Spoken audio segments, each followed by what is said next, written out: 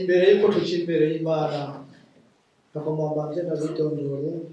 Before we go any further, I want to first introduce myself to you. Izina ryanje ni Joel Ndabizaniye. His name is Joel Ndabizaniye. Nje uyu munsi Imana yatubwira ngo ngaburika ngo Imana. Today it's him that God has chosen to share God's word to you. Nabombanze nshimira Imana ko impaye gushika kuri uyu munsi kugira ngo tungere tuyage ijambo ryayo twese tukibasha. I want to first thank God that He has allowed me to be still alive here today that He may share God's word. N'ubuntu yatugiriye kugira ngo dushike kuri uyu munsi. It is by God's grace that we are here today. Ko ni benshi mwirihinga bamaze kuva mu mubiri. Because there is many in which this week have already passed away. Ariko twebwe umuryango wacu but yet our family as a church turacari bazima. We are still alive. Kandi isuku bwacu isuku twari beza kuruta. It was not because we were holier than any other. Ariko Imana yatugiriye ubuntu. But it is by God's grace alone. Rero niyo gushimira. And so it is imbere yuko tubandanya n'amajambo yayo. And so before we go any further with His word, nagomba twese twicishe bugufi tubishime. I want to humble ourselves before God and let us praise Him.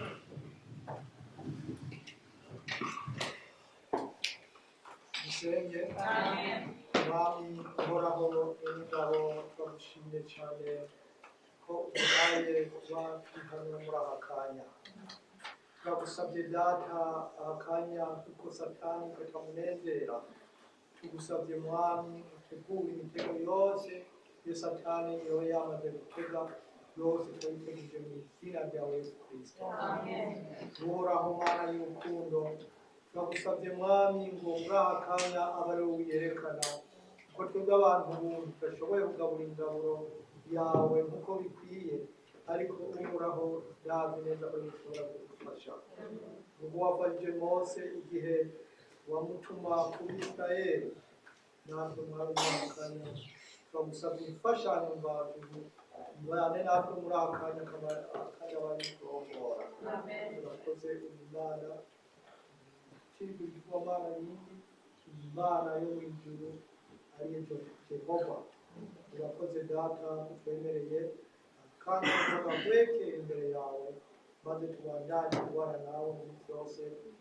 Kandi urakoze twemereye mu izina rya Yesu Kristo umucunguzi wacu. Amen. Dusabe abana mukuru, We ask that the kids may be humble. hanyuma ababyeyi mubabe hafi. And for the adults, the parents to wakanya nakanya Satana kanezerwa. Because this moment is a time in which Satan does not like. Karamubabaza cyane uko ariho abantu benshi bashobora guhindukira. Because Satan hates him because it is a time in which many people are actually converted. Rero munsi rero twagomba tuganira amajambo y'Imana. And so today we want to study God's word. Avuga ukugaruka kwa Yesu. Speaking about the second coming of Jesus Christ. Aho twaja mu kugaruka kwa Yesu. But before we go to the second coming of Jesus Christ, twagomba tubanze dukubite mu gitabo cy'amabwirizwa.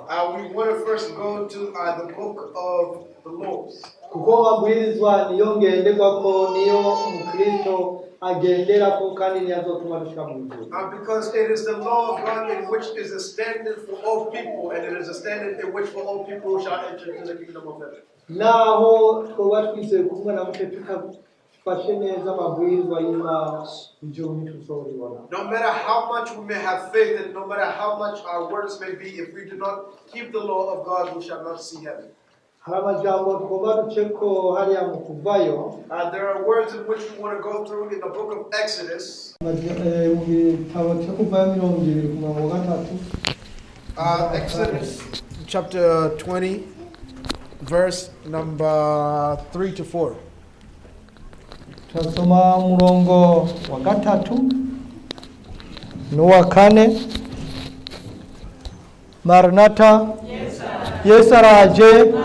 Kipi kipya? Yesu anakuja mara ya pili kutuchukua. Amen. turumva turafise amasezerano yuko Yesu azoza kutujana And ubwa so kabiri we hear that azoza ubwa kabiri. Christ will come the second time. rero turafise ivyizigiro ko azoza. So we have the hope that Christ will come back a second time. Dusome ya majambo yo mu kuvayo Let us read the words in the book of Exodus, 20 chapter 20. turasoma umurongo wa gatatu n'uwa kane. We shall read from verse number 3 and verse number 4. hanyuma turaja gusimba dusome ku murongo w'umunani. And then we shall jump to verse number 8. hagire udusomera. ntukagire izindi mana umbangikanya, ntukibazire igishushanyo cyangwa igisa n'ishusho y'ikintu na kimwe kiri hejuru mu ijuru cyangwa hasi ku isi cyangwa mu mazi yo mu biyaga. kezaho urakoze. twagomba tuvuye kuri aya majambo We want to first study and speak about these words. tumvise muri aha kanya. The words in which we just have heard right now. n'amajambo Imana yonyene yivuga atawundi ayivugiye. It is God Himself in which spoke these words without ngo anyone. ntukagire Imana umbangikanya. And so it says, thou shalt have no other gods before me. nuna benshi baramaze kurititura iryo bwirizwa And so many people have already removed that law, bararihindura. and then they changed it. mbega barihinduye kubera iki? And how did they change it? Why did they change it? ega iyo burya ikintu kikubangamiye And so when something is being an annoyance with you, ntushima yuko coba hafi yawe. and so you do not desire it to be anywhere near you. abahinduye iryo bwirizwa And so those who have changed noneho this law, bigatuma basenga ibigirwamana that makes them to worship graven images or bumvise idols. byababangamiye They saw it as if it is something kuko that condemns them, ribabuza gusenga ibigirwamana. because it rebukes them from worshiping any uno munsi idol. byambuza gusenga ikigwamana. And so it rebukes me from nawe rakubuza gusenga worshiping any ikigwamana. idol, and it also rebukes you or condemns you from worshiping rero another idol. abafise ubushobozi And so those who are able, baciye bavuga ati reka turihindure. and those who are able said, let us change this commandment. kandi Imana ntigomba kuhindura amajambo yayo. But yet God does not desire us amabwiriza to yayo change His laws. ntigomba kuyakorako. He does not want us to touch His laws. nico gituma And that is why baciye babandanya barahindura n'ibwirizwa rya kane. they continued on changing even the fourth commandment. ridusomere naryo kandi Let us yakajya ku read murongo it on the w'umunani.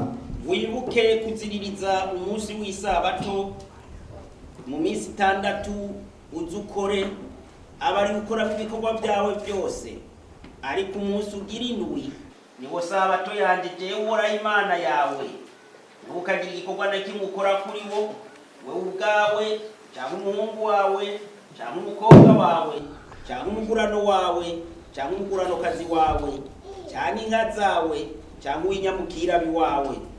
ku minsi 6 ariyo jewe Uhoraho naremye mu ijuru n'isi n'ikiyaga n'ibiri muri byo byose, nkaruhuka ku munsi ugira indwi. icyo cyatumye jewe Uhoraho ndezagira umunsi w'isabato aweza. Amen. Amen. urumva ayo majambo ukuntu aryoshe. So can you hear how good these words are? ku by'ukuri Imana iradukunda. In truth, God loves us. iyo umuntu akwibutsa abagukunda If someone was to remind you, it is ngo because they love you. wibuke kuziririza umunsi And w'isabato remember to keep the Sabbath day holy.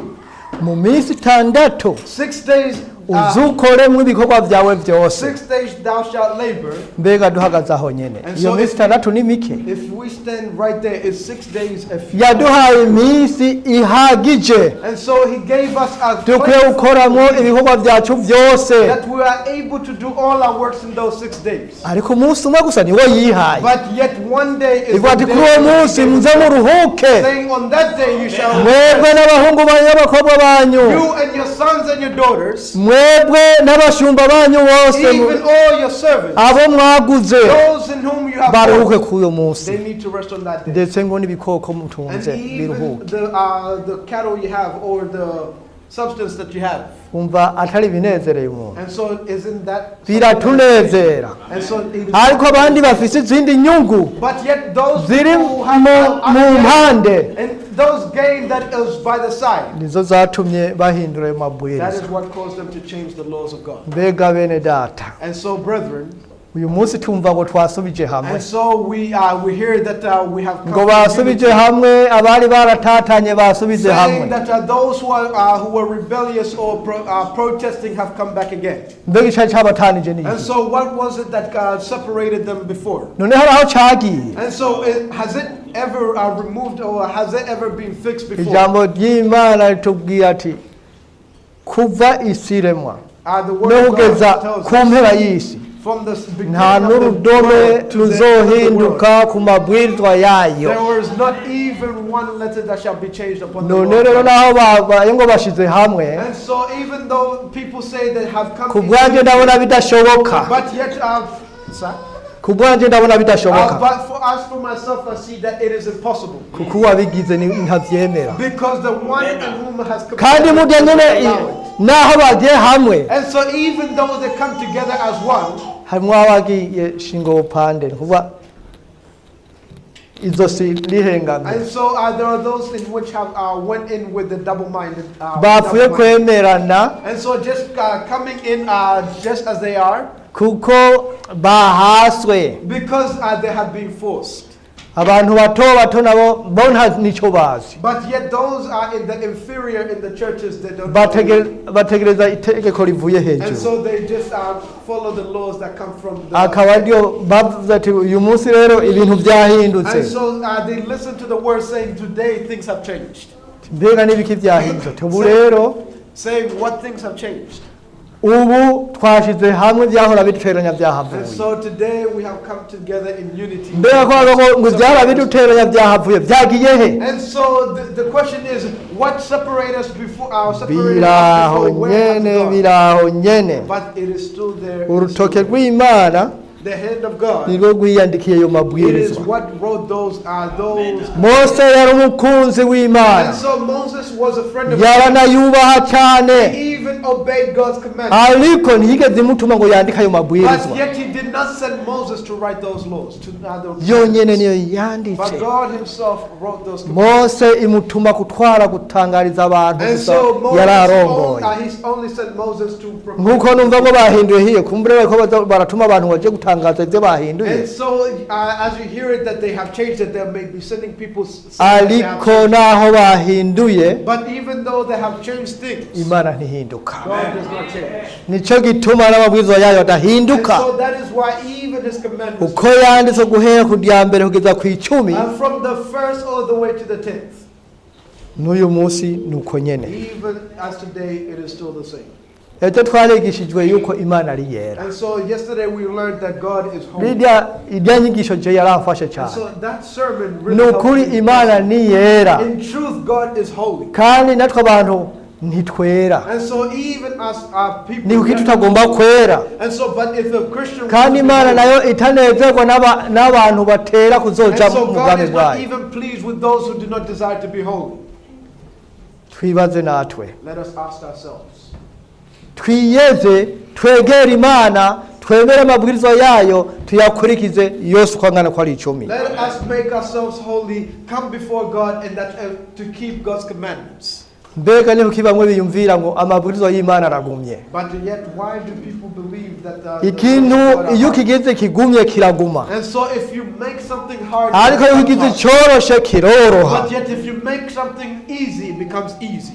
siko bibananira That's how birabananira ko bumva ko menga birabaremereye because they cannot follow it because they see as it is akararo nk'iri koti imaze kwishiramo ko rindemera byondemera nyene And so, for example, if I believe Kuko- that the coat that I'm wearing is heavy, it becomes a burden to me. icyo uhaye ubwonko Because whatever you give your mind to think, nibwo cyakira And that's what Nico- nibwo ubwonko bwakira and that's what the mind will actually receive. umaze kumva ati "Ah, ndumva biragumye And so- hariya mu mutwe bitabyiyandika ati biragumye nyene And so, if you give yourself to the thought saying that it is hard, indeed your mind will say that it's hard. none bariko barahengeka ngo none ngo reka ubu dushire hamwe kandi icyabatandukanije taho cagiye bizoshoboka gute And so they are trying to come together in unity, saying that those things in which separated us are removed, but they have not been removed indeed. ntibishoboka ntibishoboka It is impossible, it is impossible.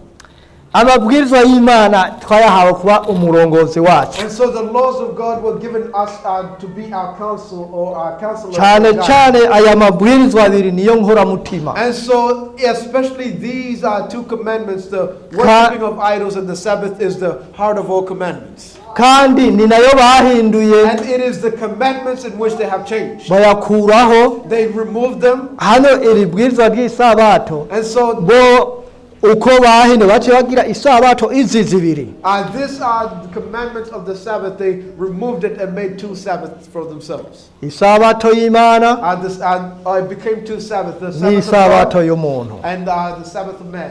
noneho uri umukristo And so if ushima gukurikira isabato y'umuntu cyangwa y'Imana? do you desire to follow man's Sabbath or God's Sabbath? y'Imana niyo dukwiye gukurikira God's twese, Sabbath is the one that we should follow. kuko isabato y'umuntu igiye gushira vuba. Because man's Sabbath is about to die off real quickly. ata n'umwanya urenganya, Without real quickly before. kuko Yesu agiye kugaruka. Because Christ is Namaze kugaruka ya sabato y'umuntu izokwemerwa, And so if Christ comes back, ntizokwigera yemerwa na gatoya. accepted by Christ. naho wigina ugaserebuka mu iyo sabato yawe, And so even if you think that you are worshiping uhagenda your own Sabbath, uhagenda ugasimbasimba n'umunezero, and you jump around as if you are joyful, umenye ko ari bishira, you know that these things are birahera.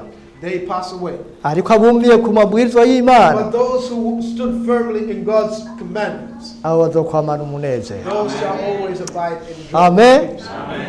Tugomba turabe amajambo umusavyi w'Imana Daniel kunu yashingiye intahe Imana. And so we want to read words in which God's servant Daniel testified unto God. Daniel igice cya gatandatu Daniel chapter 6, dusomye umurongo wa 4 let us read from verse number 4. n'umurongo wa 12 kugeza 13. tuva ku wa 4 duce tujya kwa 12 tugeze 13. From verse 4 to 12. dusome maze ba bakuru n'abaganwa baherako barondera urwitwazo rw'ico boreka Daniyeli ku by'igihugu, ariko bamura ku urwitwazo na rumwe canke igitiriganye, kuko yari umwizigirwa ntaboneke ko amafuti canke igitiriganye na kimwe. 12. baraza bavugira imbere y'umwami ibya cihanikirizo ciwe bati, mbega ntiwasinye ku cihanikirizo washinze yuko kumara iminsi 30 umuntu wese azogira imana nimwe asaba cyangwa umuntu n'umwe atari wewe mugenzi azotererwa mu rwobo rw'intambwe? umwami arabishura ati, narabishinze koko, n'uko ibyagezwe by'Abamedi n'Abaperesi bishingwa ntibihinduke. baca bishura umwami bati, ariko Daniyeli we wo mu banyagano b'Abayuda ndaruha akubara mugenzi canke caci yanikirizo wasinye ko, ariko asenga gatatu ku munsi. Amen. Amen. Murumva umusavyi w'Imana Daniel. You can hear God's servant Daniel. Daniel yari umugororotsi, And so Daniel was a righteous man. yakunda Imana, He loved God. ntiyanyiganyiga na He gatoya, did not waver kandi at ndetse all. n'umwami yaramushima And cyane. even the King Darius loved Daniel. Dariyo yaramushima cyane. Darius loved Daniel. baragenda barihweza ati, none uyu mugabo ko none umwami amukunda cyane tuzomuca hehe? So they spoke to themselves saying, this man in whom is loved by the king, where shall we trap him in? ariko tumurabiye ku byagezwe vyiwe akunda, And so, but yet if we trap him in the commandments of God in which he loves, aho tuzomuronka, and so we shall trap him there. tuzomuronka We shall atakabuza. trap him there indeed. turumvise ko Daniel yasenga ku munsi And gatatu. so we see that Daniel prayed 3 times a uri day. kurasoma ati yari afise inzu yiwe amadirisha yamayuguruye. And so when you read, it says that all the windows were open when he was praying. ega burya iyo uri kurasenga And so in truth, n'ababanyi praying. bari hafi barumva amasengesho And yawe. so even your neighbors that are near, none barumva ko yamara asenga Imana yo mu ijuru minsi yose gatatu ku and so munsi. they would always hear that he's praying to the God of of heaven 3 times a day. Bwira ati rero dufashe aha kanya tukafata ku by'Imana yiwe And so they said to themselves, tugakubita ku mabwirizwa y'Imana of his God, ataho tuzomufatisha. saying that indeed we shall trap him here. Rero ngo ibyagezwe by'Abamedi ntibyahinduka. And so apparently that the laws of Abamedi the n'Abaperesi Medes ntibyahinduka. are not able to be changed. Umwami nawe yari yamaze gusinya And so the king had kw'ibyo already signed, byagezwe by'Abamedi n'Abaperesi ko bidahinduka. saying that these are commandments of the Medes and the Persians would not change or alter. Tumvise umusomyi yadusomeye kako We turumva already read, yuko bagiye bakamushikira umwami saying that they came unto the king. timbega burya ibyagezwe by'Abamedi n'Abaperesi ntibivuga yuko ibyo inama yashinze kumbure bidahinduka. And so they came to the king saying, is it not that the laws of the Medes and the Persians say that the laws of the king cannot change? tinonega mwami ntiwabisinye Saying, king, did you not sign this law? tinukoko narabisinye. And said, indeed, I did sign it. Umwami amaze kumva ko Daniyeli bavuze ko Daniyeli ataruha abara bya bishushanyo umwami yashinze atabifukamira. And so when the king heard that Daniel does not keep the command of the king, Umwami yasimbuwe n'umutima and so the king was hurt in his kuko heart, Dariyo yarakunda Daniyeli cyane because Darius loved kandi Daniel. kubera yari yamaze gusinya icyo cihanikirizo ko utazosenga icyo gishushanyo bazomuta mugobo gw'intambwe. And so because Darius had signed the law saying that whoever would not worship his images or his worship the king would be thrown in the lion's den. Aravuga ati mbega uyu muntu ndamukiza gutega yemwe. Saying he started to think to himself, how shall I save my Mbega Dariyo yarubaha Imana. And so did Darius actually Bene data. show reverence Dariyo to God? yarubaha Imana Did God worship ntiyayubaha na gatoya respect God? ntiyayubaha na gatoya. Darius did not respect God. Ariko dusubiye inyuma mu gihe cya ntuze cya Morodekayi But if hajya muri Esiteri But if we go back in the time of Mordecai in the book of Esther, igihe amaze kumva ko ubwoko bw'Abayuda bose bagiye kubashyira ku muhoro babamare bose and so when the king heard that the Jews were on the chopping block, umwami ntiyasinziriye the king did not sleep. ntiyasinziriye The king did not sleep. na Dariyo nawe ntiyasinziriye amaze kumva ko Daniyeli yanse kunamira igishushanyo And cyiwe. so even the king Darius did not sleep when he Mbega heard that yakoze Daniel iki? was on the chopping block. Yakoze iki? What did Daniel in the Umwami? What did Daniel do? Umwami What did Darius do? umwami ntiyasinziriye The king Darius did not ijoro sleep. ryose ariko arasenga Imana naho The atayubaha whole night, asengera Daniyeli. even though I'm praying for Daniel, even umenye yuko Imana iyo imaze guhaguruka so understand umunyakibi when God adafise aho ahagarara umunyakibi ntagira aho ashimikira and even the evil will stand up and Yamaze have no place to guhaguruka. stand when God has already stood up. aratabaza And so King Darius prayed unto God.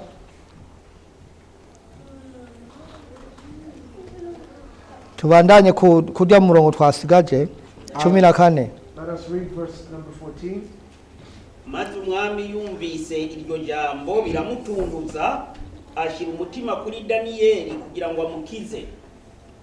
Maze umwami yumvise iryo jambo biramutunguza ashyira umutima kuri Daniyeli kugira ngo amukize, yihambirira ku byo kurokora Daniyeli gushyitsa izuba rirenze.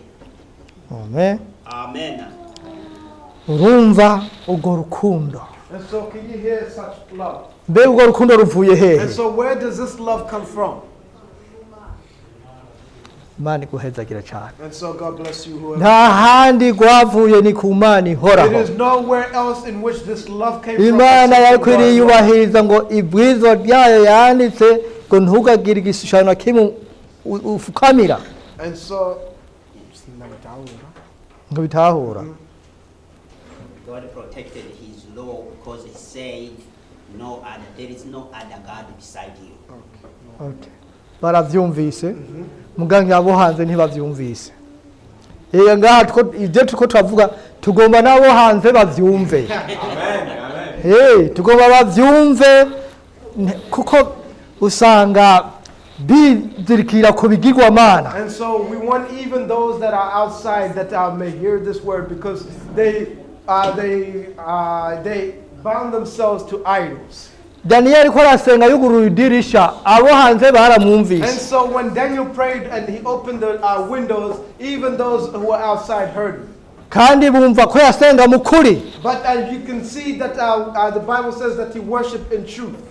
Nico gituma bavuze ati uyu muntu aragoye kurondera. And so that's why they said that this man, it is hard Kuko to yizirikira ku find, mana yiwe. because he kept himself unto his God. Yizirikira ku mabwirizwa He y'Imana. kept himself and standing upon the commandments of his God. Nico gituma baronkeyeho kugira ati kumbe tuhagaze kuri iyi Mana yamarasenga iminsi yose gatatu ku munsi. And so they said the only way we're able to check this man is through his God, in whom he prayed and worships 3 times a day. Amen. Amen. Amen. Amen. Imana ni nyarukundo. And so God is indeed. Mbega baramurose. And so did they? Naho bamujyanye bakamuterera mu rwago rw'intambwe. And so even though they threw Daniel in the lion's den, Imana yaramukijije. God protected Mana him. yaramukijije. God protected Daniel. Jewe umwami agiye guhamagara Daniyeli. And so when the king died, Nkanumva akabonge mu mutima wanjye. I feel great pain in my heart. Nkanumva akabonge mu mutima wanjye. I feel a great pain in my Agiye ngo heart. yewe Daniyeli musavyi w'Imana. And so he cried out, "Oh, Daniel, servant of the Most High God, Mbega Imana yawe usenga yakuzigamye. did your God protect you from the mouth of the lion?" Hari uwo tubwira ijambo yishuye umwami. And so can anyone tell us what Daniel answered the king? Ego.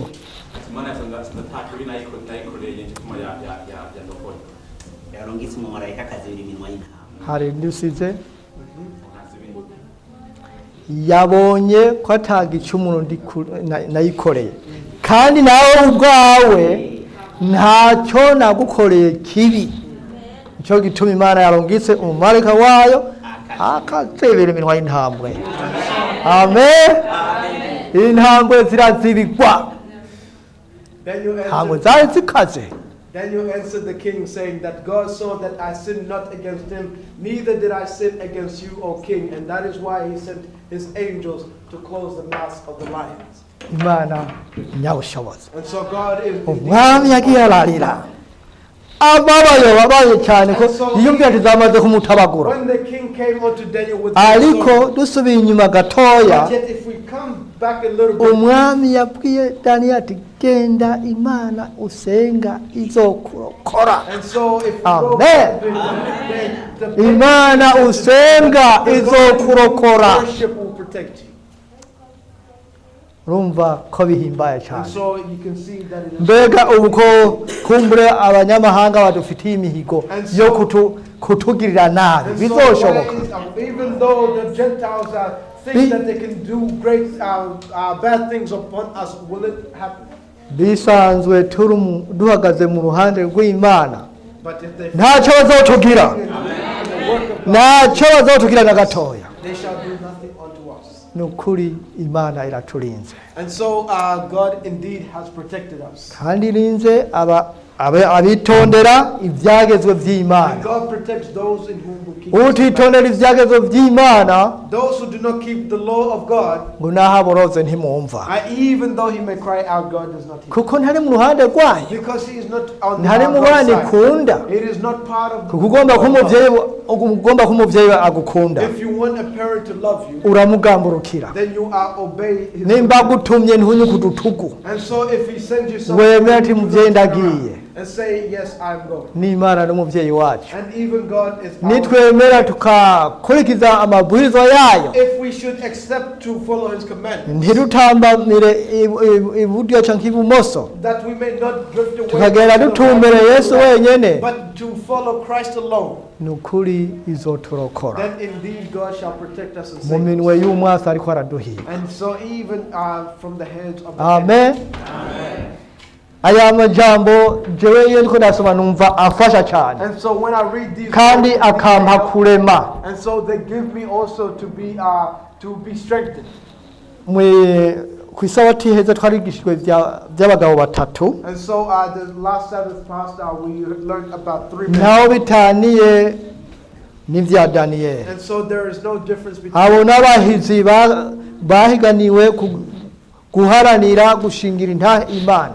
these men were soldiers in Christ, in which were motivated into standing for the work of God. Shedraka, Meshaki na Abednego. And so these 3 men were Shadrach, Meshach, and Abednego. Abo n'abahizi b'Imana. These are the heroes of God, or the heroes of the faith.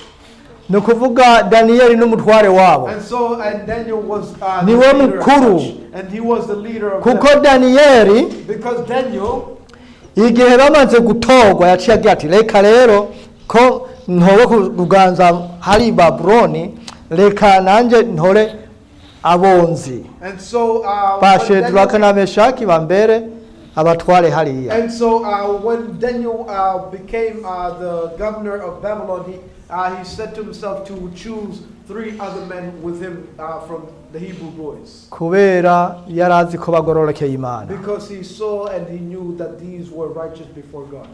yarazi ko igikorwa cy'Imana kitazopfa hariya. As he knew that the work of God would not be blasphemed Nicyo through these gituma people. Imana yakomeje kubarinda. And that is why God continued to protect them. Rero tugomba tuje kuri aya majambo yo kugaruka kwa Yesu. And so we want to continue upon Ako karagaciyemo. coming of Christ. Ukugaruka kwa Yesu kuratwegereje. And so the second coming of Christ is near. Kuko ibimenyetso bitwereka ko agiye kugaruka Because the signs of birihuta the times show us kuboneka. that he is about to come quickly. Kandi Yesu ubwiwe yarabishingiye intahe, And even Christ himself arabivuga has ko also testified, ukuntu azogaruka. saying how he shall come. Matayo 24 ku murongo wa 30. Let us read in the book of Matthew, chapter 24 and verse number 30. Usome 30 wongera usome na 42 kugeza 44. Matthew 24 verse 30, jump to 42 verse 44. usome buno ikimenyetso cy'umwana w'umuntu kizoboneka mu ijuru, niho amoko yose yo mu isi azoboroga, bazobona umwana w'umuntu aje mu bicu byo ku ijuru ari n'umubasha n'ubwiza bwinshi. 42 nuko mwame mugabye kuko mutazi umunsi umwami wacu azoza ko, ariko ibi mubimenye iyo abanye n'urugo yari asanzwe azi igihe gisuma kinziramwo, yogabye niyokunze ko inzu yiwe yimbwa. Amen. Amen. Turumva umwami Yesu ko yaduhaye ibintu tukwiye kugenderako. And so we see that the Lord Jesus Christ gave us Turakwiye kwama tugize gute? Mbega iyo umuntu agaba mu buryo nyabaki. Christ gave us to be watchful, but how should we be watchful? Tuvuge iyo umusirikare ari ku rugamba, And so when a soldier is in war, aramenya ati ngiye ku rugamba, and so he tells himself that I am going to war. kandi iyo umusirikare agiye ku rugamba agenda yiteza amajambo aya, And so even when a soldier goes to the front line to war, gupfa canke gukira, gupfa canke gukira. he tells himself these 2 words, death or life. Yesu nawe mu kutubwira ngo twame tugavye, And so even Christ telling us to be watchful, tuca tugaruka muri ya mabwiriza we need to go amategeko back to those y'Imana commandments. niyaduha kugaba. And so those are the Iyo things that would give us to be watchful. witeguriye kugenda neza mu mabyagezo vy'Imana, And so if you desire to go rightly in the commandments of God, ubu ufise uruzitiro rukomeye. and so you have a protection that Satani adashobora kumena.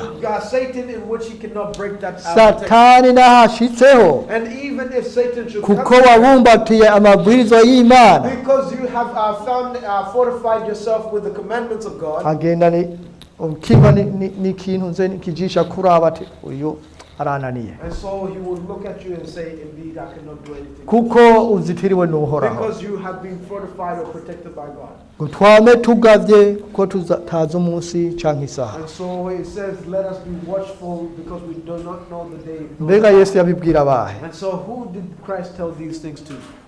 shengero ry'Imana yabwira abandi Who did he tell these things to?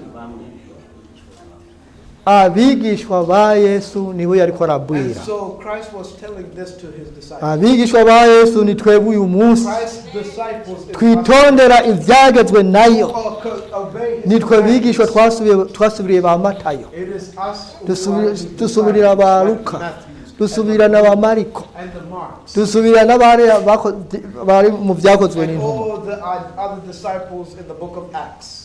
nta bandi bigishwa ba Yesu natwe uyu munsi And twe so there is tubwira no other disciples except us today. tugabe Let us be watchful. kandi mu kugaba And so even on to be watchful, ni ngombwa tugendere ku byagezwe n'uhoraho we must continue to keep God's commandments. naho benshi baba ngo birabananira Even though many people say it, they cannot bear it. It is a mbega burden. natwe biratunanira But is it a burden on us? ntibitunanira It is not a burden. kuko turafise imana yo mu ijuru Because we have God niyo on our side. idushoboza yashoboje ba daniyeli ikabaha gushikama imbere y'abansi babo To stand in front of his natwe uyu enemies. munsi iradushoboza So it is he who strengthens us. naho papa ajya hejuru And even though the Pope may stand akigira up, imana saying that he is God, nta yindi mana atari imana ya aburahamu na isaka na yakobo niyo yonyine ifise ububasha bwose kandi n'ifise inganji yose niyo ifise inganji yose God has all the power. nta na kimwe ibuze And so God has. wibitse muri yo rero And if you hide yourself in him, papa nahazoja hejuru ntacyo azokugira even if the Pope may exalt himself, he will do nothing. intambwe zarananiwe And so even the lions, intambwe ni ikintu gikunda inyama cyane and so even lions in which eat a great load of meat. kandi uzi ko muri icyo gihe batereramo daniyeli bari bamaze no kuzisonzesha ngo kugira ngo zigire akayabo kenshi kugira ngo zimusome And n'ingoga so even they would starve the lions so that the lions will be more aggressive when they. ariko ntibyashobotse But yet it did not. ntibyashobotse It was kuko unsuccessful. yari arinzwe And so because he was protected. iyumvira ibitambo kuba bo kwicarana kweri And so imagine that you Nk'uko will be ibitambo standing biringa next to a n'ukuntu lion next to bikunda him. inyama nawe ari inyama And Eh? standing next to But a I don't- lion that loves meat, and when he is the meat. wumva atari ikintu gikomeye cyane So isn't that a great miracle? kirakomeye kirakomeye It is a great miracle. imana yacu irakomeye imana yacu irakomeye cyane ni ukuri irakomeye kandi uri muri yo ntacyo azoba God is a mighty God. Ni ukuri. That is there. kugeza isi n'ijuru bikuweho Until the heavens of the earth nawe are ntihazoba taken away. twumva ijambo ry'imana tubwira ko no gupfa tutazopfa And so the Bible says that even unto death we shall not die. rega umugororotsi ntapfa Because a Aba righteous yimutse. man does not die, aba yimutse but he is transformed. arindira ubwami bw'imana And so waiting. iyo bahenda ngo none ngo umuntu aragiye ngo ariko arabona ibindi bigenda ngo bitera ngo bikorwa ku isi nta na gatoya And so even when the people lie saying when he dies, his Umusiguzi spirit yawe- resurrects and goes up, mwene it data does niwe not happen so. mwene data niwe yavuze ati abapfu ntacyo baba bazi And so as the brethren once said, saying that the dead know nothing, baba bisinziriye hariya that they sleep only. itiro ry'umunezero nta mubabaro ubayo The sleep of mu itiro ry'urupfu nyene and, mu itiro ry'urupfu nta mubabaro ubayo and so the sleep of when you're dead there is no pain. je nakunda kuba ati je nama nabonjeje mu rupfu hariya mwarakumbaga hariya And so ni ukuri mba ndi mu munezero mutavugwa kuko ntacyo numva na gitoya when I was in surgery and like he was hamwe umuntu yogira he nyene happiness. nta kibazo kwezi ni ukuri nta kibazo wumva nyene gatiro And so basha sleep nta na kimwe gihita mu mutwe ngo kiko kirakwereka ngo ibi n'ibiki oya ivyo bagira bakubomba ngo nkanje intunze barakase ikigufa barakata ivyo ntavyo numva and so you do not know anything when you sleep. rero uragaye ugarutse And so when you come back, that's when ugarutse niho uza wumva ububabare bukomeye cyane when you come back, that's when you start to mourn. natwe tuzosinzira And so even as we shall mu sleep rupfu And so in that, ariko umenye ukwikangura kwawe but yet understand that in your awakening, uko bizogenda that I know how it shall uko bizogenda know how it shall bamwe bazokwikangurira umunezero Some abandi bikangurira iki to joy. umubabaro n'ibiteterwe bitazoshira bitazoshira murakoze Shall mwene data resurrect to crying and ni ukuri twihangane iyi si turiko turabona so yashize uko ibimenyetso byayo bigenda bitwereka let us be watchful. biratwereka ko isi yarangiye And so all the signs of the time show us that tubandanye turabe ivyo kugaruka kwa Yesu let us read unto the second coming of Christ. turabe ijambo yasigaranye abigishwa biwe Let us see Yohana 14 ku murongo wa mbere kugeza gatatu not the disciples in the book of John chapter 14 and verse 1 to verse Yesu ni inzira n'ukuri n'ubugingo amen ntimuhagarike imitima yanyu mwizere Imana nanjye munyizere imwira kwa data hari amazu menshi iyo abatariho mba ndabibabwiye kuko ngiye kubategurira hanyu kandi ko ngiye kubategurira hanyu nzogaruka kubajyana iwanje ngo aho ndi namwe bariho kuba amen amen umva iryo jambo riryoshe cyane So hear these marvelous ngo words. ntimuhagarike imitima yanyu Be not unsettled in your hearts. none tuhagarikwa imitima niki And so what kandi wasezeranye ko azoza kutujyana yabitwemereye kugira ngo tuze tube ahari saying come back that he will come back to take us where he is. ntabwo twogira And so we should not be afraid. tuze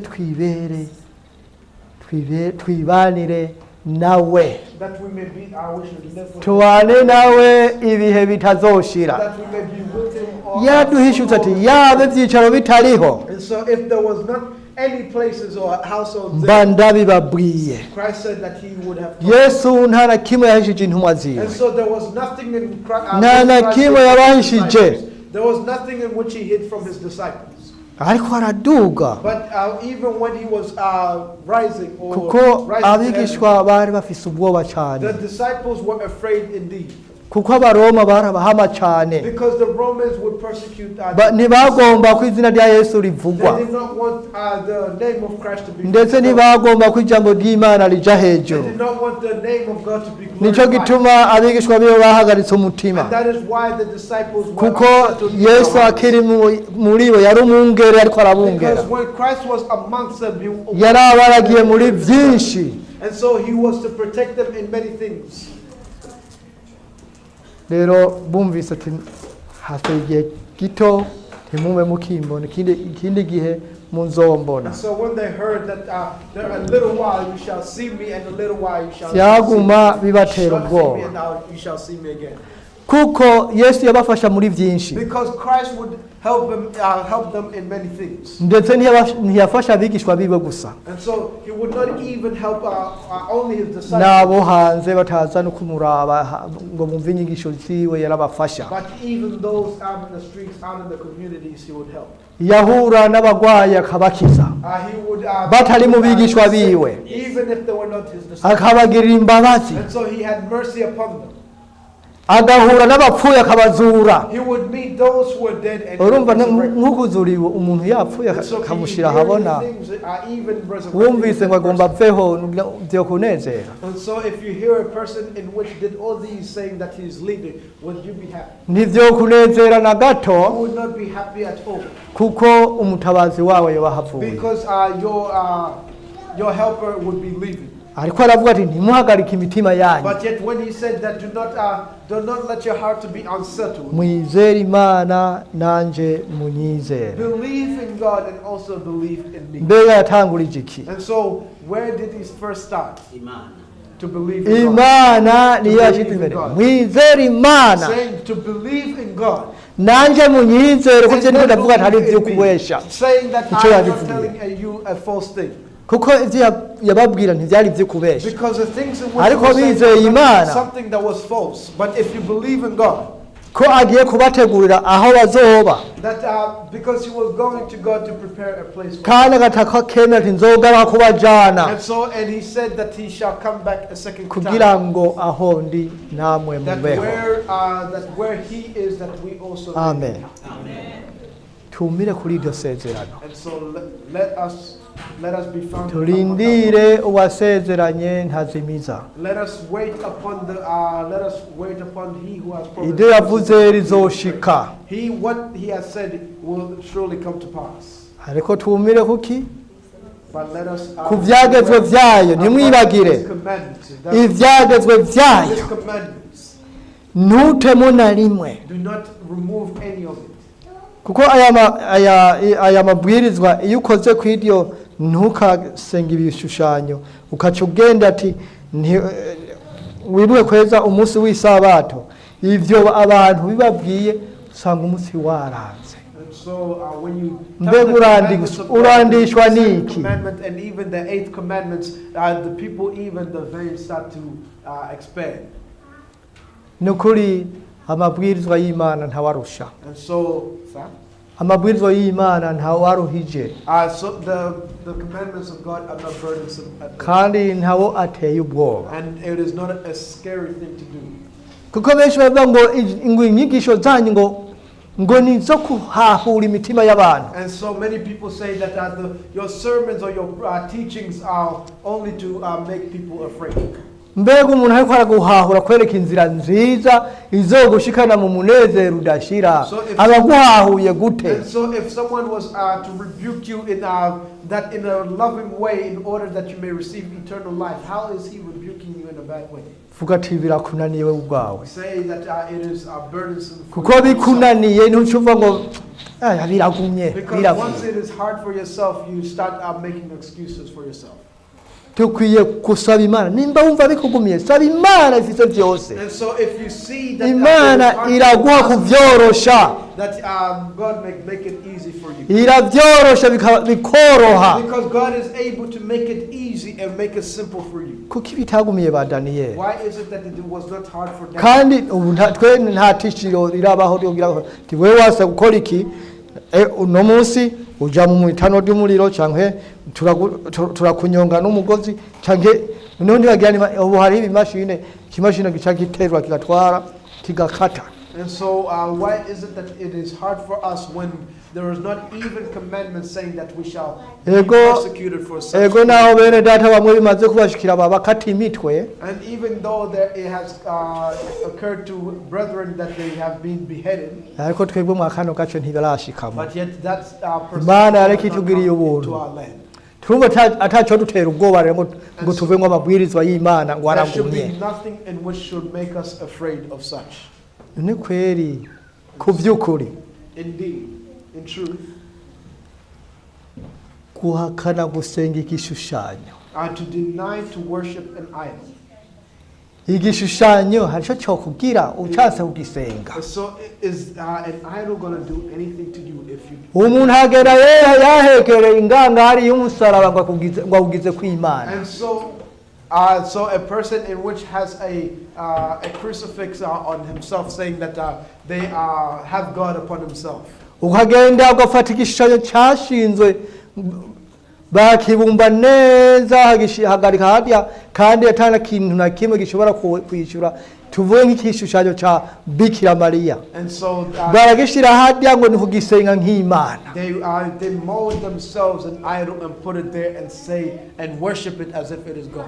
Mbe akirishura n'umunsi n'umwe. Does it even answer their prayers any day? Ugitembagaje gute ngo kigwe hasi cyo kwivyura. And so if you would to None niyihe Imana botembagariza hasi ntiyivyure kandi ari if Imana. there is a God in which you are able to push and it will not lift itself up, what kind of God is that? None we uri umuntu kwera Imana ya kuko Imana yaduhaye ubwenge. And so indeed God has given us Iduha kumenya ikibi n'iciza. God gave us wisdom to understand and to know. None iyo uriko urabona ico kintu uriko urasenga ta kamaro kigufitiye. And so if you see that the things in which you are worshiping does not give you any gain, Kuko wocumiza ngo uri Imana why is yanje. it that you would stand upon your ground saying that that is your God. kandi imana nayo yavuze mu mabwiriza yayo ngo ntihagire izindi mana umbangikanya And that God said that in His commandments that thou shalt have no other hano gods ku before isi me.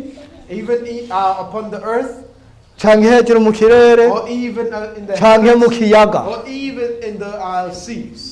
muri ibyo byose ngo ntihagire na kimwe uzokwikubita imbere ngo In any of gisenge those things you shall not worship or bow down to them. ariko wewe umuntu ubuntu But you umuntu akaza kuvuga ngo iki ni imana saying that this thing is ngo God, iki ni umubyeyi wacu saying that this is our ngo ni waturagiye this is whom is our kandi shepherd. ugiteye umugabo ukagira gutya But yet if you kick the thing, cyotembagarira hariya it would fall nta nicyo over cyovuga and they would not say anything.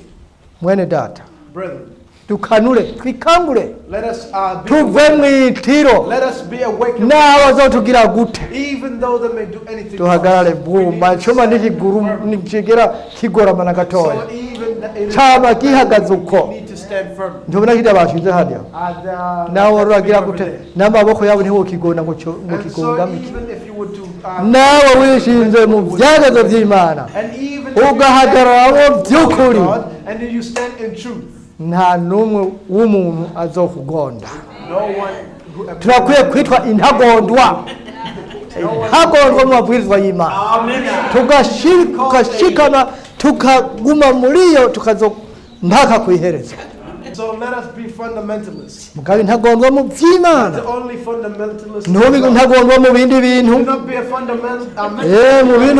mu bindi bintu tayari Fundamentalist in other things. uzoba utandukanye na ya mategeko wagira ati And so if ngendereko any other things, you have already removed yourself from the law. uzoca uba umwase w'imana And you become an enemy of God. uzoca uba umwase w'imana Become an enemy of God.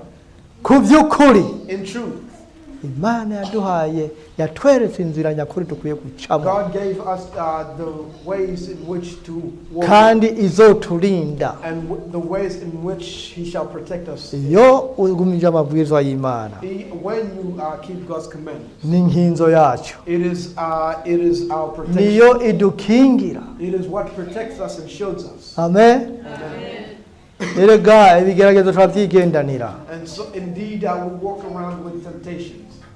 yesu yavuze ngo sinaje gutera urukundo Christ said that I did not come to bring atari love, ubugwanko but I came to give mbega yabivugiye iki and why is it that He said these things? urabe iyo umaze guhitamo gukurikira imana neza by'ukuri And so even yourself look, once you have decided to follow Christ indeed, umuryango muri kumwe even ntibagukunda the people in which are your family members do not love you. abo hanze bo ntibavugwa Even the people outside do not even. witwa igisesema kuri bo You become an abomination unto them.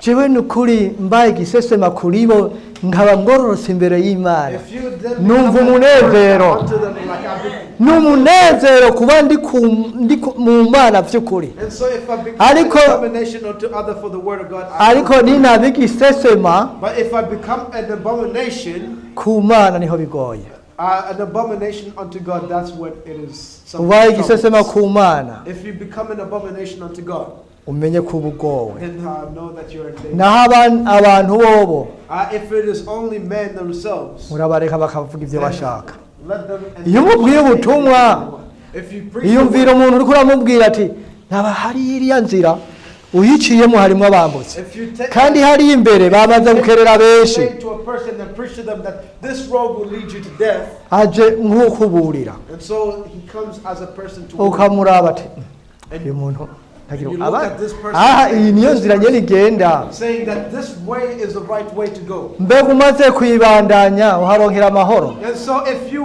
continue upon that path, will you have any peace?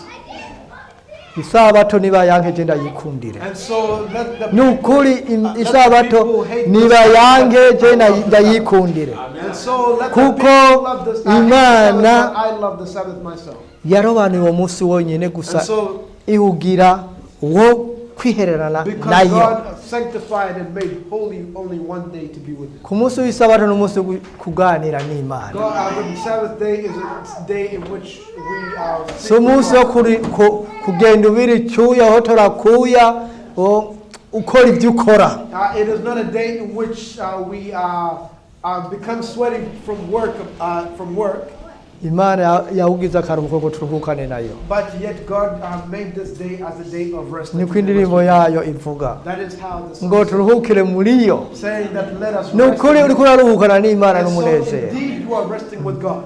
ariko abandi bahimbagwa no kuruhukana na Satani. But yet many people are joyful to rest with Satan. Kuruhukana na Satani birimo umunezero hariya, And so indeed to rest with Satan, it is great pleasure out there. ariko n'umunezero uhera, But yet that joy or Wakanya that happiness is gato. only passing by. n'uw'akanya ka none gusa. It is only passing by. It is only something that Kuko is Imana right now. ivuga ati umunsi umwe ugereranya n'imyaka igihumbi. Because God Ay, says Mr. that Gihumbi, one sorry. day it is compared to 1,000 years. Urumva umunsi umwe ungereranya n'iminsi igihumbi. And so one day is None compared to iminsi 1,000 igihumbi nayo years. igereranya n'umunsi umwe. And so 1,000 years is compared to God as one day. Aho uri kuriyumvira nti harimo ubufindo, And, it is complicated. utamenya Imana n'ubufindo. If you do not know God, it is something. Ariko waramaze kumenya Imana by'ukuri nta bufindo burimo, But yet, if you have already known God in truth, there is no complication. kuko Imana ibona byose ko ari. Because God Ari sees umunsi umwe everything gusa. as is something that is simple as. Rero umunsi Yesu azogaruka, And even when Christ shall Ninda come back wuzi. again, how do you know? Who knows the day in which Christ will come back? Yesu igihe yaravuye yari i Yerusalemu basohotse, And when Christ was from Jerusalem coming out, abigishwa be baramwihereranye baramubaza and the disciples came on to Christ ku byo yababwiye, about what he had said. ati mbega ko bamwibwira ko ari mwigisha, And so they called himself ati ibyo bizobaho ryari, saying, when shall all these things happen? kandi ikimenyetso kizoba And ikihe what shall be the sign of your coming cyo kuza kwawe n'umuhero w'isi. and the end of the world? Mbega yababwiye ngo iki abasomyi And ba Bibiliya? what did Christ answer his disciples? Amen. Twiyubare ntihagire utuzimiza, That Kandi let us be watchful that ngo ntazoza ukureka Imana kutarabaho.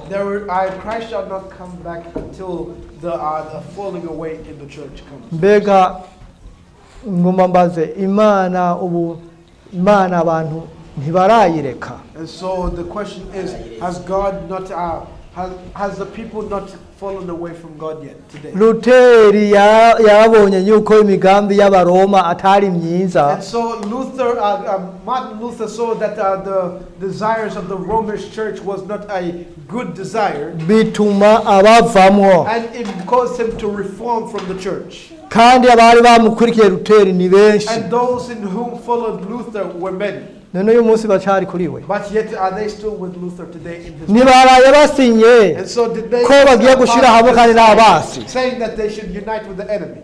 Nuko umwasi iyo musubiyeko kile cyatumye mwankana kiba cyavuyeho, And if you return kiba kiraho nyene ntaho kija ikinyiganyiza. not agreement with, has that thing been removed, but it is still there. Noneho ikibi ntaho kija. And so the sad thing is that it is not removed at all. It does not go anywhere. None umujanja papa yabahendahenze arunama nk'ingwe iri kwirafata intungwa, arabwarabwara umwisho yabashize hamwe. And so the sad thing is that the Pope, as a leopard, has humbled, has crept into the grasses and sneaking up to his prey to attack. Ibaze nawe umuntu akubwira yuko uwakoroye inda atacaho abakoze. Even think to yourself that when someone says that he that has an abortion, there's Umuntu no sin that he yishe umuntu commits, ngo nawe n'umuntu ngo ntangore ngo azokizwa, saying that he ngo that nta kills a cyaha person is kirimo. like, it's all right, there's no sin in that. Umugore kubana n'undi mugore nk'umugore n'umugabo ngo nta ngorane zirimo. Saying that he that lives a Umugabo to live together is right. kubana n'umugabo nkawe ngo nta ngorane zirimo. Or he that marries or lives with a man, marrying or living with a man. none ufise ubwenge kwera iyo muntu wo mukwirikira ngo And so ujanye if you heza were in the right mind, would you really follow a man as such? ibaze nawe Even think to yourself. ko uwo muntu muri Sodomu na Gomora nivyo vyari vyeze And so the kandi ayi Sodomu na Gomora Gomorrah is what is happening today. nico catumye Imana ibahana The things in which were done Kubera in Sodom icyo. and Gomorrah is what caused God to destroy them. none wumva uwo papa atabazaniye wa muhono w'i Sodomu na And so Gomora do you not see that the Pope is bringing the Si ugiye destruction gushika. of Sodom and Gomorrah? niwe ugiye gushika And so that is what ariko abantu uravye bari basha banezerewe n'umunezero mwinshi the people were ngo so none grateful ubupolitiko and buvuye joyous tayari over these things. tubaye bamwe that turanezerewe we are united and we have ngo become tugiye gusenga Imana imwe that we are Imana ya Bayali one person, the God of Bayali tonge tumusabe kandi Baal, to worship Baal again. That is ntibishoboka it is impossible. bazovuma badukerera ko badukereye Would batwara rather die. inyama They would batwara rather inyama die. ariko umutima Imana ikunda izogumana And would rather die, but the heart in which God loves Amen. shall remain. nukuri ubu umwami Yesu ari hafi kuza Indeed, the Christ. kuko kwakureka Imana ngo kumaze kubaho Yesu azoca agaruka Because when None the enmity became abaporoti bari bagumye kwizima none bavuye kwizima baretse Imana then Christ will come.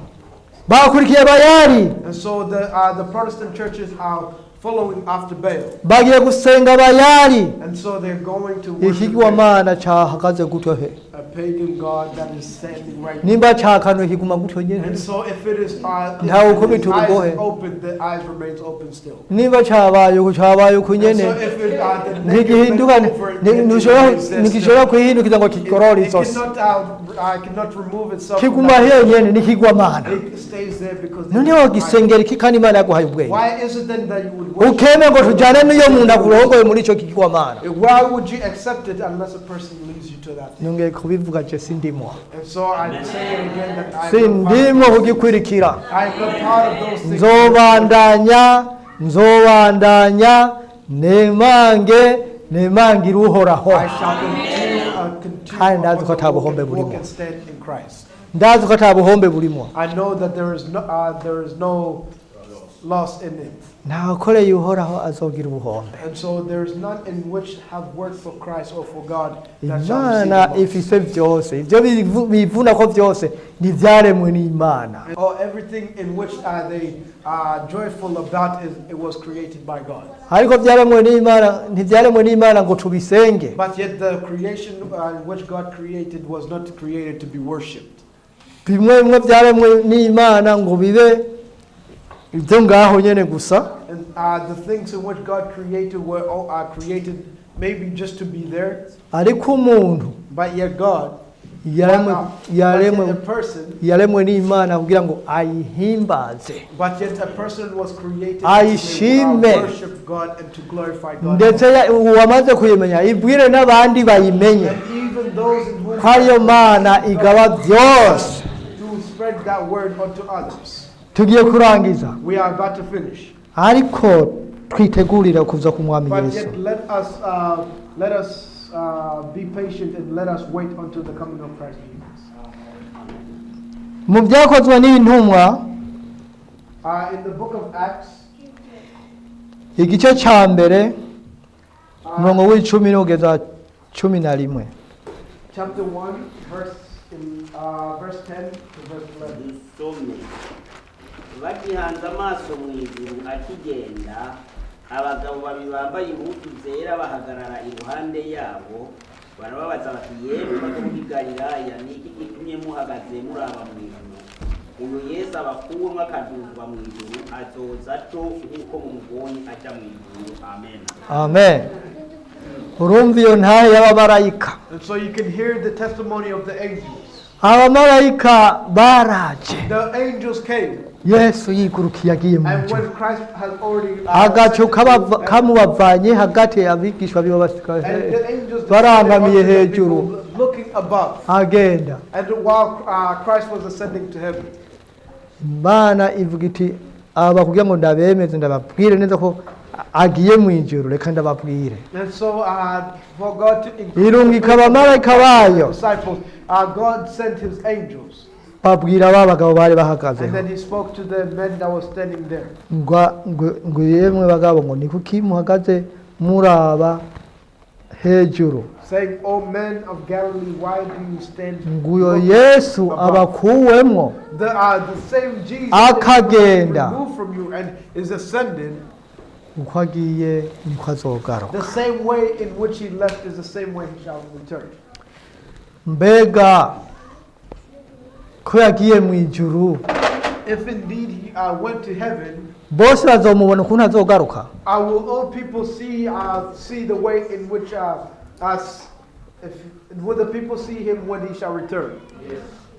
bazomubona ukuntu azogaruka Will the people see Him in the ngo way He ijisho shall return? ryose rizogira gute Every eye shall do what shall rizomubona na za nkovu z'imambo mu biganza see, and even No mu the ruhanga signs Tumva, in none His iyo myaka palms yose will see. iheze yesu yaraduze mu ijuru izo nkovu ntizirigera zifutwa And so even all the years in which Christ has gone up to heaven, will those signs not ever be removed? ntizifutwa kubera abikira bavugishwa n'imana bazokwihindura yesu And so those they shall not be removed, because those in which pretend to be prophets of God shall be bazazimiza abandi ngo ni jewe yesu saying that I am Jesus. ariko baravuga ko ari yesu barabe no za nkovu ngaha ziriho And so, but yet you look at the Za signs, nkovu where z'imbango are ziriho. the insignias of the cross and the nails in the palm. none twebwe bamaze kumumenya tumaze kubona za nkovu z'imambo And so if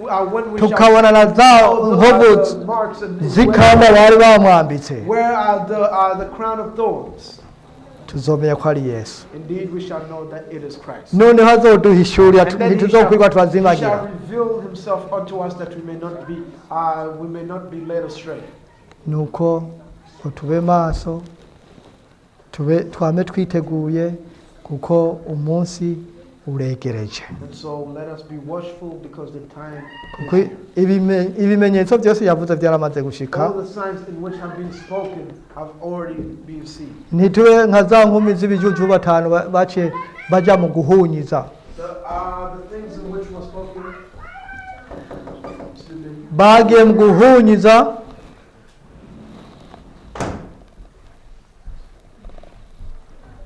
abo n'abakozi ba satani bareke ariko ntacyo bagira bagiye mu guhunyiza umukwe aza asanga basinziriye like the wise virgins were asleep, but yet they did not understand. bacomye amavuta yabo yabaheranye When the oil was out of their lamps. ijambo ry'imana ritubwira ngo tube maso But the word of God tells us to be. turangirize hariya mu byahishuwe yohana Let us go into the book of Revelation. ni yohana wa mbere igice cya kabiri ku murongo w'28 Yohana wa mbere igice cya kabiri ku murongo w'28 avuga hatya, nanone bana bato mugume muri we, kugira ngo niyahishurwa nze dushire ubwoba, ntidutetererwe imbere yiwe ahatozira. gatatu ku murongo wa gatatu naho kandi umuntu wese amuziga kw'ibyo ariyeza, nguko uwo ari uwera. Amen. amen n'amajambo meza adutera inkomezi ko dufise ivyizigiro kuri we Indeed, these are words in which should strengthen us for His coming. dufise ivyizigiro kuri we We have promises and we have assurance in Him. tumvise umurongo wa gatatu ngo umuziga kw'ivyo ariyeza ko nawe ari We uwera read in verse 3 said, every man that hath this hope in Him purifies. rya jambo twasiguriwe ejo The word yuko Imana ari yera. the sermon yesterday that God is holy. kugira ngo wezwe utegerezwa kuba mu mana vy'ukuri The way in which you should be purified or to be made holy is to remain in God, ukazigama amabwirizwa yayo that you may keep His commandments indeed fully. ivyagezwe vyayo uvyambaye hano mu izosi nk'uko wambaye ikaruvati. That you may keep the commandments of God upon your necks, even as you wear a tie.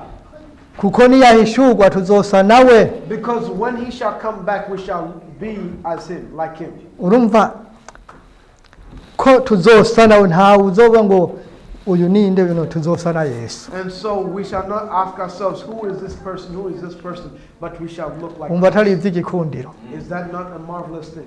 gusa na Yesu, To be made or to look like Christ. kuko Imana ari yera natwe tube abera, Just as God is holy, let us kugira ngo also be holy, tuze duse nayo. that we may be made to look like him. Tutejejwe If we are not purified, ntituzosa nayo, we shall not look like Christ. tuzosa na Satani. We shall look like Satan. Satani ni irirabura.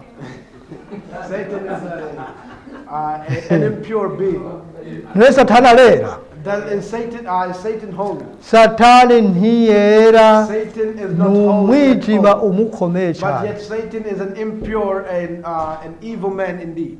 Naho bamwe bayishima Satani, je sindayishima. Though many people glorify themselves for Satan, I do not glorify myself in Satan. None wokurikira umwiza ubona umucyo. Would you follow darkness if you can see the light? Kuki iyo bwije abantu bose bakoranira mu nzu? Because when darkness comes or the night comes, people gather themselves in the household. Badakoranira hanze nkuko They do dukoranira not go hanze. outside and gather themselves outside. Ariko bukeye But when it is morning, twese tuja hanze. everyone goes out. Umuntu aja mu bikorwa vyiwe Everyone goes into his own work and his own labors kuko haba habona. because it is light. None Satani nawo mukwirikira. But yet, even those who follow Satan, Asa n'ukwirikira ubwira.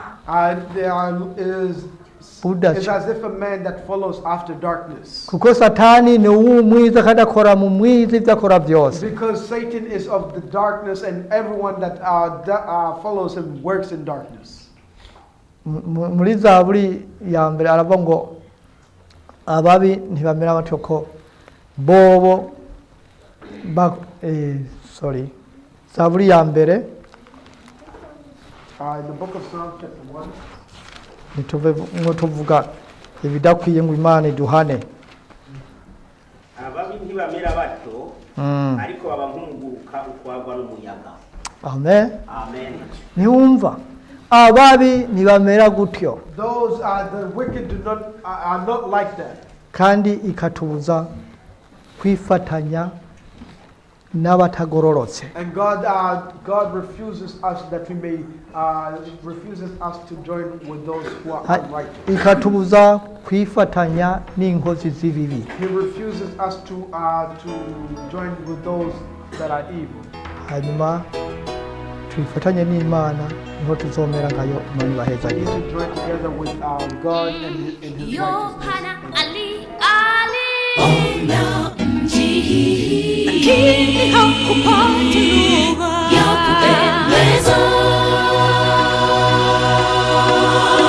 Mji huo mtakatifu, makao ya hao watakatifu, ambao ndani yake hakikuonekana kinyonge. Wengine watilia mashaka juu ya mji huo wa Yerusalemu. Je, kweli tutaishi ndani yake?